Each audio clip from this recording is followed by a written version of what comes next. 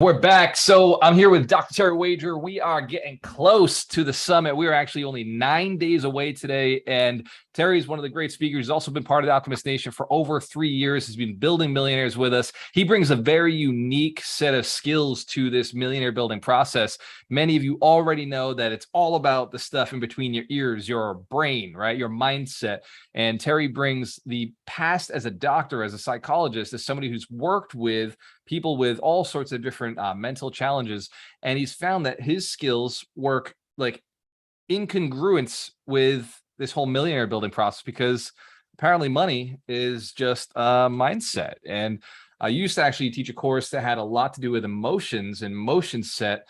And it turns out that emotions have a lot to do with how we feel about money. I used feeling. So Terry, I've got you doing a talk. I begged you to do this talk because goals are, I think, one of the things that are most misunderstood. And it takes an entrepreneur who actually has the right feelings and emotions behind their goals to actually go and do something. There's a lot of mindset involved. So why is it so important that they get their internal mindset right before they even set goals? Well, the big reason is because if they're not doing that, they're actually creating reactive goals. You have that, I want that, and they just start listening to their head, and their ego creates goals that maybe they're not even interested in. I've been around a lot of people that are like just grinding and grinding and grinding for a goal. I'm like, why are you doing that? And they're like, I don't know.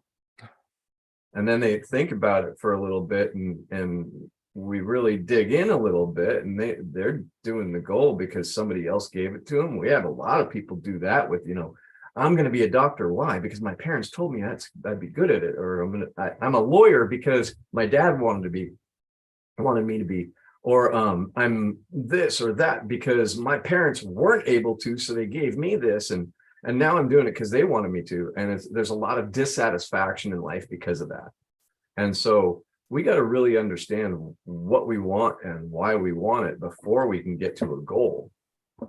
So one of the things that you and I bounce around often is I'll give a great strategy. I'm known for giving these really, easy $1 million strategies, the steps of how to do it. And then I've worked with some really high-end clients, and like, I'll say, okay, go do this thing. And then a week later, they haven't done it. And then a week later, they haven't done it. And I have to have a one-on-one conversation with them and just be like, hey, look, I've had this strategy for you. You're just not implementing. I think there's something deeper. And that's usually where I pass them along to Generator Coaching, you and Christine, because you have a different way of approaching things.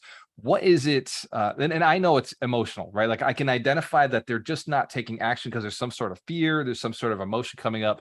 And so I know I pass them along to you, and then you do something magically to them, and they start taking action again. So I've just seen this multiple times without telling us what it is you do. What is it you do? Well, honestly, I don't have the wand here. I had a magic wand and I used that, and then your strategy works. No, really, there is no magic wand.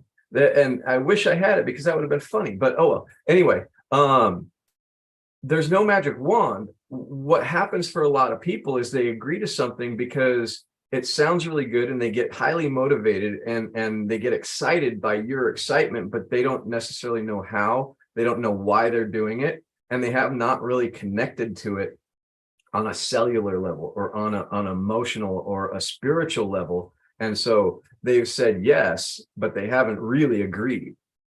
And so I don't know if you've ever actually for yourself said yes to somebody and you weren't really agreeing. It sounded good at the time. And then you're like, well, wait a minute. I mean, we were actually talking just before this, and you're like, I'm not going to the Halloween party. If somebody was really excited about it, said it, you'd be like, you know what? That sounds cool. I'd love to do it. And then you go, wait a minute, I don't want to go to the Halloween party. And so we have this momentary agreement. And the first place that I ever really experienced this was when I was working with alcoholics. They are so on board and wanting to do whatever's in front of them at the time, and they want to agree and they want to actually get approval, but inside they don't believe they can do it, so they agree and then they don't follow through. It's just so we're clear, I do want to go to the Halloween party. I have commitments, prior commitments. Have another engagement. Just so Carlos, I'm sorry. I'm going to a live event. This is what I'm doing. There you go. That's a bigger party. I love live events. It's very successful. And so what happens is in the moment, people agree, and then their ego and their fear undo the agreement or come up with all kinds of trash to put it on the track to actually stop them from moving forward. And they didn't know it happened.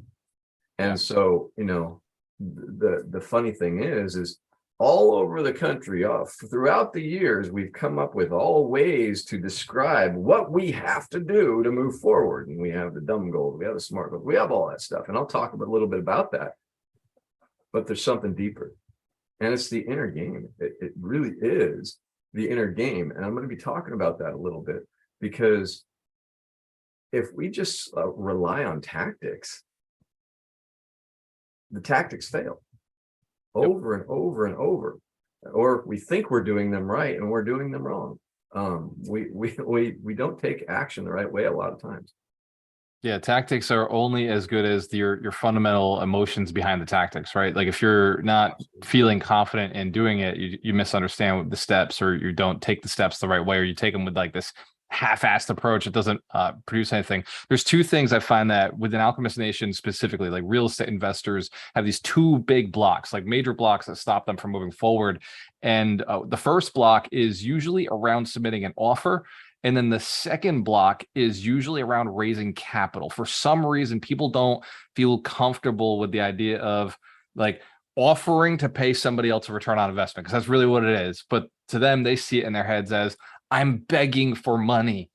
I'm less than or something. Like, what is that? And honestly, I actually ran into that very thing yesterday where somebody texted me, one of my clients texted me saying, I made them the offer of 10% for $150,000 or something like that, 10% return on their money. And then they said it was unfair that we would be getting this property with all of this and they only get 10%. And it's like, wait a minute, why would you listen to that other person say that's fair or unfair? Because you're giving them a fair deal in what you're doing, and what they're doing is they're mixing two deals, your deal that you're going after and the deal that you're offering them. And people get this messed up all the time. And so she's actually the person that was looking to lend the money was not looking at being a lender anymore. She was looking at being the deal maker. And those are two different things. You know, I was asked today, do I invest in syndications? Because, you know, gentlemen in the community is like, hey, I'm going to send you this deal. You know, where do I send it? You know, do you invest in syndication? I told him, like, honestly, unless I'm on the GP side, I'm not interested. Like, it's just where I'm at as an investor. Like the LP side, it doesn't give me the return that I'm personally looking for. But if you have no experience in real estate investing, then the LP side's perfect, right? If you're just like, it's the best investment because now you got a great operator. Or if you're really busy, like a doctor or a lawyer, a doctor, engineer, commitment to something else, but want to have their money grow, LP is wonderful.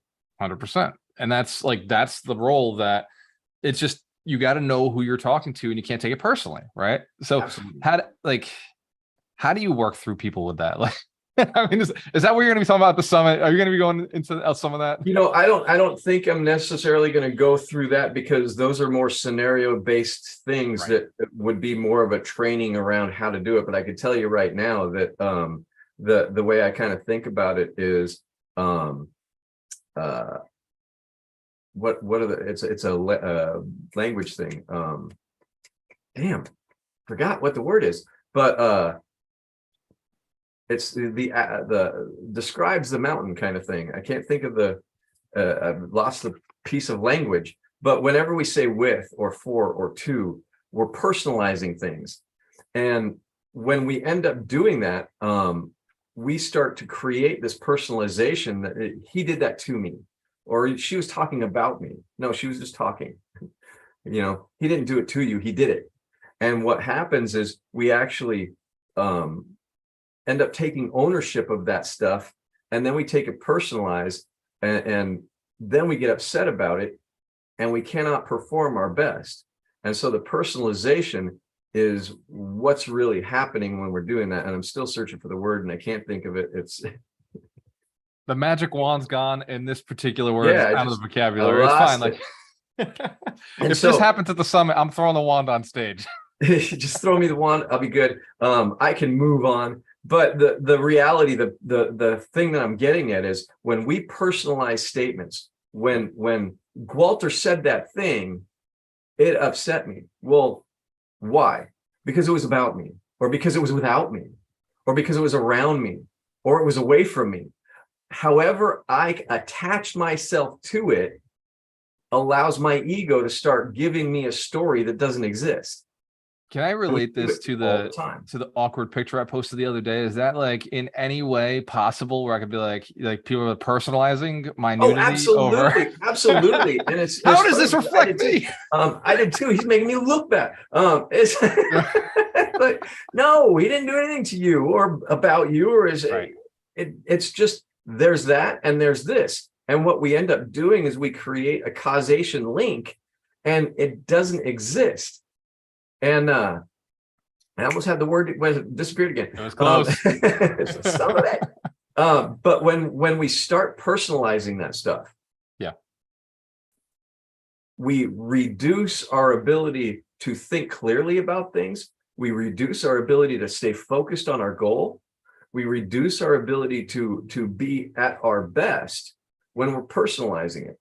Because what we did is we created the story, our ego created the story, and then it triggered all kinds of emotions that we are already protecting against. So I feel inferior, I feel hurt, or I feel powerless in that, or I feel attacked, or I feel betrayed. And all of a sudden, now I'm protecting against the opportunity that I was trying to go for. And so whenever I do that, it's that personalization that creates that problem.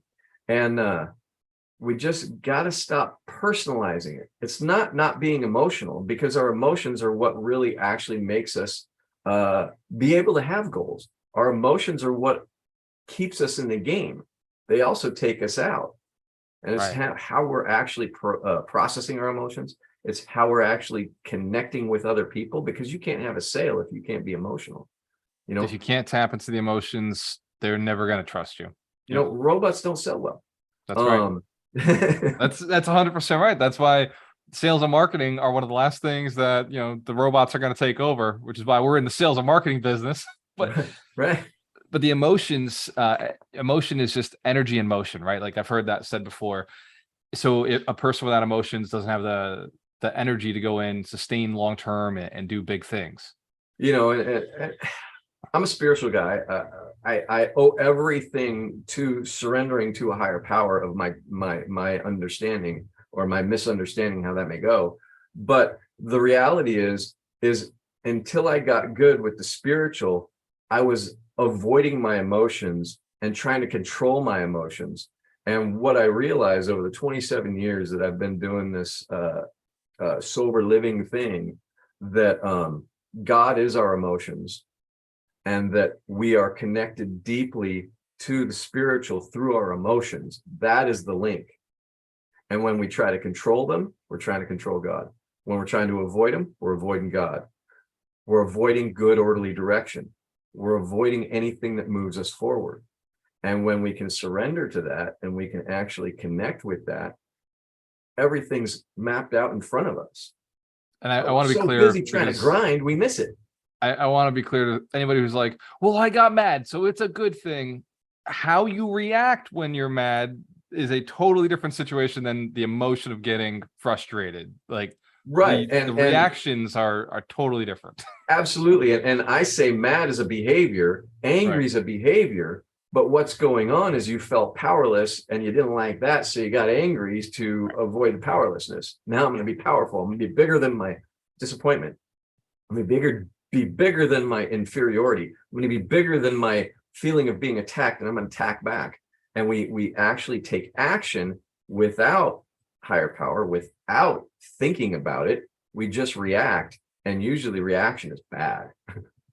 Yeah, unless you've programmed your reactions to be fantastic, then for me, one of the things that I really get people to do is take that 1 to 5 second cushion to check in with themselves, to make sure that their forward action is all about moving the relationship forward.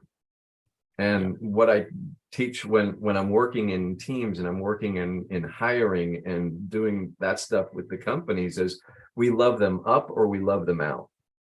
Either way, we're loving. We're not hating them out. We're not pushing them out. We're not cutting them out. We're not doing it. We're loving them out. And we're inviting them to be what we're looking for. And if they can't, we totally understand. Yeah. And so as they go because they understand that they have a place if they fall in line with what our behaviors we're looking for are, and if they're working with our culture. But if they're not, we'll love them as they find something that works better for them. Yep. And so that's the whole idea of there is no animosity, there is no frustration, there is no anger around it. It doesn't have to be. So even if we're not happy with the performance.